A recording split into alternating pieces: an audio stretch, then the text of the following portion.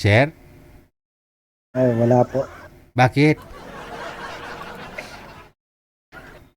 Hindi pa po siguro handa para mag-asawa.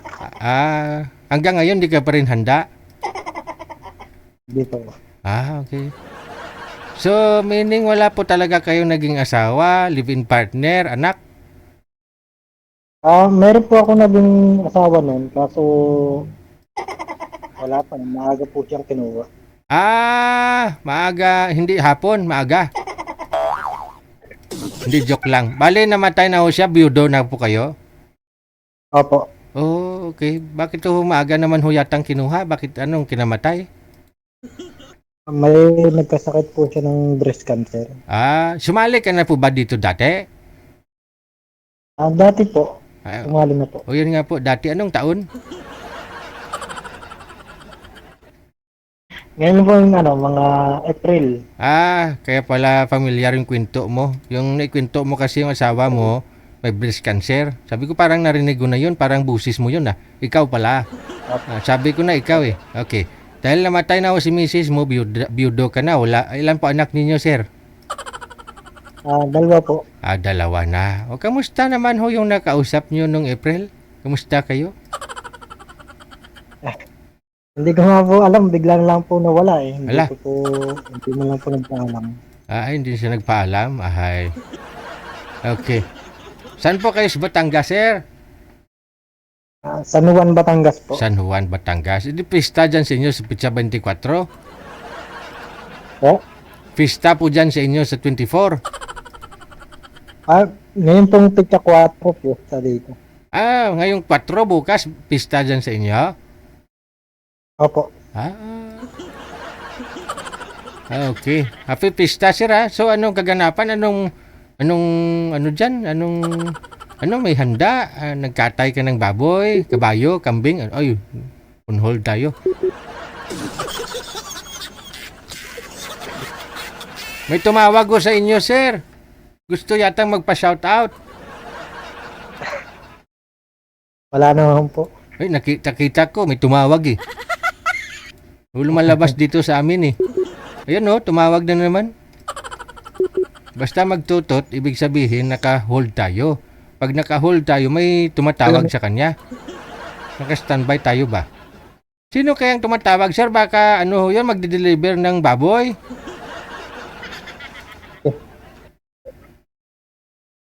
Wala na, di na tayo naririnig kasi may tumawag. Naririnig. So, pwede mo ba ako imbitahin? Pupunta ako dyan bukas, sir, kasi festa. Kung malapit lang po kayo, pwede naman po. No problem San Juan, Batangas. Alis ako dito mamaya. Apo. Siguro mga 2 oras dyan ako. Sige po, antayin po kita. Anong handa mo dyan? Mayroon naman po may kinukuha po kami na Na? baka sa Padre Garcia. Baka mismo ang kakatayin ninyo? Opo, yun lang po ang kahit kinaya eh. Sabi ko, Ilonggo lang tikalon. Gali kay Batangas mo man. Okay. Yan lang kinaya. Baka.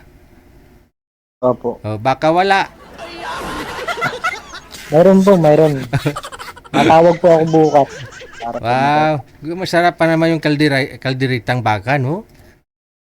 Opo. Oo, yung luto ninyo dyan sa Batangas, ang sarap ng ano nga tawag dyan, parang parang yung mga may guto-guto ba, ganun, di ba? Guto Batangas. Oo, sarap yung karne yun. Hindi naman po ako nakain ng mga ganyan. Mga kaldereta lang pong kinakain. Kaldereta lang. Okay. Sige Take-out ako bukas, sir, pag magpunta ako, Sige po. Antayin po kita. Sige. Ilang taon na nga po kayo ulit? 35 po. 35, no? Kung meron man pong mga taga Batangas o dyan, malapit kay sir sa San Juan, no? Pwede po yan. Line up po kayo dito para makilala nyo si sir para bukas. Libre ang almusal natin, pananghalian at saka hapunan. May take-out pa. Antayin lang po kayo dito sa Barangay Abong, Sitio Butoo.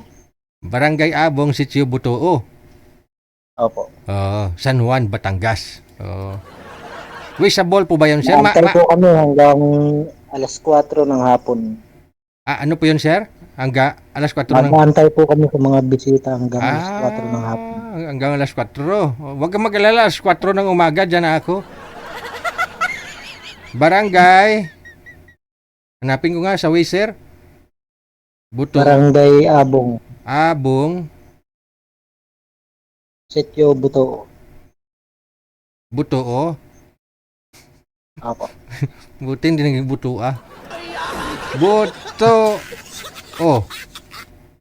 Parang hindi mahanap sa way, sir. Buto. Buto. Butuo. Puro letter O, sir.